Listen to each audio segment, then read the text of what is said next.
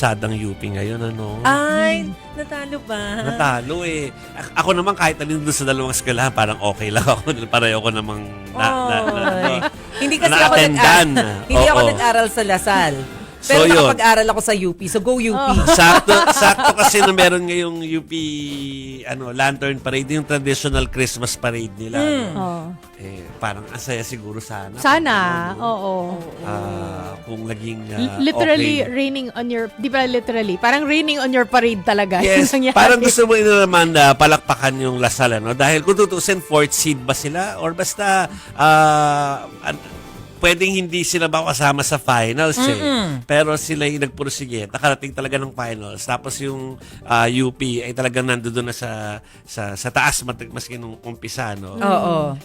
At talagang sila pa rin nananalo. Yun nga Lasal pa rin. Sa congrats Lasal sa pa mga... rin. Congrats! Uy, may pagbati na rin ha. May post Oo. na rin si President Marcos. Kaya hinanap ko agad sa Instagram. Christmas post? Hindi, dito sa okay, sa sa game. UAAP.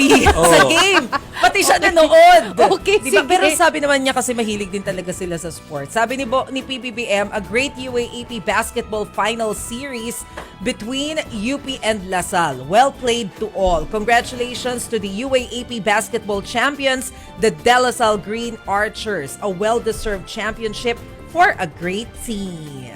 Yan. Ang sabi niya, hail, hail, alma mater. Nasa lista pala siya. Nasa lista si Pangulo. Hindi, congrats, Kaya congrats. may post. Congrats sa De La Salle, of course. Congrats, ano? Pinaghirapan na win eh. So how can you even argue doon sa success Correct. nila, no? Parang ramdam na ramdam ko na nga yung celebration ni MJ Marfori Oh, at ni MJ! Gerard de la Peña. Kaya nga. Tapos tas ang UP, siyempre, palakpakan pa rin dahil, maganda rin naman talaga yung ipinakitang laban, ano? Tapos, siyempre, mamaya pupuntahan natin ng UP kasi meron pong nagaganap doon na Lantern Parade habang sa UST. Kung hindi ko lang kung mahahabol ng staff natin, ay nangyayari ngayon yung drone show kasama po doon sa Paskuhan. Ay, wow, bongga! Mga eskwelahan natin, pasiklaban. Oo, pabongga! Bongga! Oo. Alam mo, ang hindi ko pa pala nabibisita, yung kapitbahay natin na Greenfield.